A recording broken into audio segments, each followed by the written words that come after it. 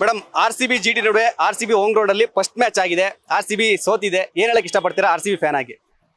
ಸೋತಿದ್ದಕ್ಕೆ ತುಂಬಾ ಬೇಸರ ಆಗತ್ತೆ. ನಾವು ತುಂಬಾ ಆಸೆಯಿಂದ ಬಂದಿದ್ವಿ ಈ ಸಲ ಗೆದ್ದೇ ಗೆಲ್ಲತ್ತೆ ಅಂತ ಆಸೆಯಿಂದ.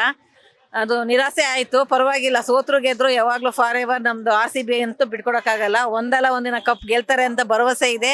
ಅದಕ್ಕೋಸ್ಕರ ವೆಯ್ಟ್ ಮಾಡ್ತೀವಿ ಅಷ್ಟೇ. ಮೇಡಮ್ ಇವತ್ತಿನ ಮ್ಯಾಚ್ ಸೋಲಕ್ಕೆ ಎಲ್ಲಿ ಮೈನಸ್ ಅನಿಸ್ತು?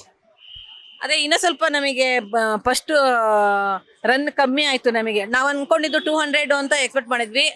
ಫಸ್ಟ್ ಕೊಹ್ಲಿ ಹೋದ ತಕ್ಷಣ ಸ್ವಲ್ಪ ಬೇಸರ ಆಯ್ತು ನಮಗೆ, ಸ್ಟಾರ್ಟಿಂಗೇ ಇದಾಯ್ತು ಅಂತ. ಮತ್ತೆ ಬೌಲಿಂಗು ಸ್ವಲ್ಪ ಪ್ರಾಬ್ಲಮ್ ಮಾಡ್ತಾ ಇದ್ದು ನಮಗೆ, ಆ ರೀತಿಯಲ್ಲಿ ಸೋತಿದೆ. ಓಕೆ, ನಾನು ಬರ್ತಾ ಇರೋ ಮ್ಯಾಚೇ ಫಸ್ಟ್ ಸರ್. ತುಂಬಾ ಕ್ಯೂರಿಯಾಸಿಟಿಯಿಂದ ಬಂದಿದ್ದೆ, ಬಟ್ ಹಿಂಗಾಯ್ತು ಅಂತ ಬೇಜಾರಿದೆ. ಬಟ್ ಆದ್ರೂ ಗೆಲ್ತಾರೆ ಅನ್ನೋ ನಂಬಿಕೆ ಇದೆ. ಲಾಸ್ಟ್ ಸೀಸನ್ ಗಳಿಗೆ ಹೋಲಿಸಿದ್ರು RCB ಟೀಮು ಇವಾಗ ಸ್ಟ್ರಾಂಗ್ ಇದೆಯಾ ಇಲ್ಲ ಅದೇ ತರ ಇದೆಯಾ? ನಾನು ನೋಡ್ತಾ ಇರೋ ಫಸ್ಟ್ ಮ್ಯಾಚ್ ಸರ್ ಇದು, ಹಾಗಾಗಿ ನನಗೆ ಅಷ್ಟು ಐಡಿಯಾ ಇಲ್ಲ. ಬಟ್ ತುಂಬಾ ಕ್ಯೂರಿಯಾಸಿಟಿ ಇತ್ತು. ನನ್ನ ಮಗ ತುಂಬಾ ಇದರಿಂದ ಕರ್ಕೊಂಬಂದಿದ್ದ ನನ್ನ. ಬಟ್ ನೆಕ್ಸ್ಟ್ ಮ್ಯಾಚ್ ಅವರು ಗೆಲ್ತಾರೆ ಅಂತ ಕಾತರದಿಂದ ಕಾಯ್ತಾ ಇದೀವಿ. ತುಂಬಾ ಬೇಜಾರಾಯ್ತು. ಪವರ್ ಪ್ಲೇ ಅಲ್ಲೇ 4 ವಿಕೆಟ್ ಹೋಯ್ತು. ಬೌಲಿಂಗ್ ತುಂಬಾ ಇಂಪ್ರೂವ್ ಮಾಡ್ಕೊಬೇಕು, ಬ್ಯಾಟಿಂಗ್ ಇಂಪ್ರೂವ್ ಮಾಡ್ಕೊಬೇಕು. ಆದ್ರೆ ಬೌಲಿಂಗ್ ಇನ್ನೂ ಚೆನ್ನಾಗಿ ಪ್ರಾಕ್ಟೀಸ್ ಮಾಡಬೇಕು. ರಸಿಕ್ ದರ್ ತುಂಬಾ ಹೊಡ್ಕೊಂಡ್ಬಿಟ್ಟ. ಇಂಪ್ಯಾಕ್ಟ್ ಪ್ಲೇಯರ್ ತುಂಬಾ ಇಂಪ್ಯಾಕ್ಟ್ ಏನ್ ಮಾಡ್ಲಿ, ತುಂಬಾ ಅಲ್ಲ ಇಂಪ್ಯಾಕ್ಟೇ ಮಾಡಿಲ್ಲ. ಇಂಪ್ಯಾಕ್ಟ್ ಪ್ಲೇಯರ್ ಏನು, ಮತ್ತೆ ಬೌಲಿಂಗ್ ಇಂಪ್ರೂವ್ ಮಾಡ್ಕೊಬೇಕು. ನೆಕ್ಸ್ಟ್ ಟೈಮ್ ಗೆಲ್ಬೇಕು. ಸರ್ ನೀವೇನ್ ಹೇಳ್ತೀರಾ? ಇವತ್ತಿನ ಮ್ಯಾಚ್ ಸೋತಿದೆ RCB. ಎಲ್ಲಿ ಸ್ಟ್ರಾಂಗ್ ಇತ್ತು, ಎಲ್ಲಿ ಮೈನಸ್ ಆಯ್ತು? ಲಾಸ್ಟ್ ಅಂದ್ರೆ ಫಸ್ಟ್ 2 ಮ್ಯಾಚ್ ಗೆದ್ದಿದೆ ಆರಾಮಾಗಿ, 3ನೇ ಮ್ಯಾಚ್ ಸೋತು, ಅದು ಹೋಮ್ ಗ್ರೌಂಡ್ ಅಲ್ಲಿ. ಏನ್ ಹೇಳ್ತೀರಾ ಸರ್? ಓವರ್ ಆಲ್ ಡಿಸಪಾಯಿಂಟ್ಮೆಂಟ್ ಇತ್ತು ಮ್ಯಾಚಲ್ಲಿ. ಸೊ ಆ್ಯಕ್ಚುಲಿ ಏನಂತ ಹೇಳಿದ್ರೆ ಬಿಗಿನಿಂಗಲ್ಲಿ ಅವರು ಏನು ಬ್ಯಾಟಿಂಗು ಆಯ್ಕೆ ಅಂದರೆ ನಮಗೆ ಬ್ಯಾಟಿಂಗ್ ಸಿಕ್ತು, ಟಾಸ್ ಸೋತು, ಅಲ್ಲೇ ನಾವು ಮ್ಯಾಚ್ ಅರ್ಧ ಸೋತಿದ್ವಿ ಅಂತ ಅನಿಸ್ತು. ಸೊ ಆ್ಯಂಡ್ ಪವರ್ ಪ್ಲೇಯಲ್ಲಿ ತುಂಬ ವಿಕೆಟ್ಸ್ಗಳು ಕಳ್ಕೊಂಡಿದ್ರಿಂದಾಗಿ and then ball to ball run ಬರಲಿಲ್ಲ. First of all supposed to be ಇದನ್ನು ಲಿವಿಂಗ್ಸ್ಟನ್ ಥ್ಯಾಂಕ್ ಗಾಡ್ ಅಂತ ಹೇಳಬೇಕು. ಲಿವಿಂಗ್ಸ್ಟನ್ ಇವತ್ತು ಸಪೋರ್ಟಿವ್ ಆಗಿ ಆಟ ಆಡಿದ್ರು and it is quite defending ಸ್ಕೋರೇ ಆಗಿತ್ತು. ಯಾಕೆ ಅಂತ ಹೇಳಿದ್ರೆ RCBಯಲ್ಲಿ ಇದ್ದಂಥ ಬೌಲರ್ಸ್ ಏನಿದ್ರು, so they can defend that score ಅಂತ ಆಗಿತ್ತು. ಲಿಟ್ಲ್ ಬಿಟ್ ಆಗಿರ್ಬೋದು, ಬಟ್ ಸ್ಕೋರ್ನ ಡಿಫೆಂಡ್ ಮಾಡ್ಬೋಗಿತ್ತು.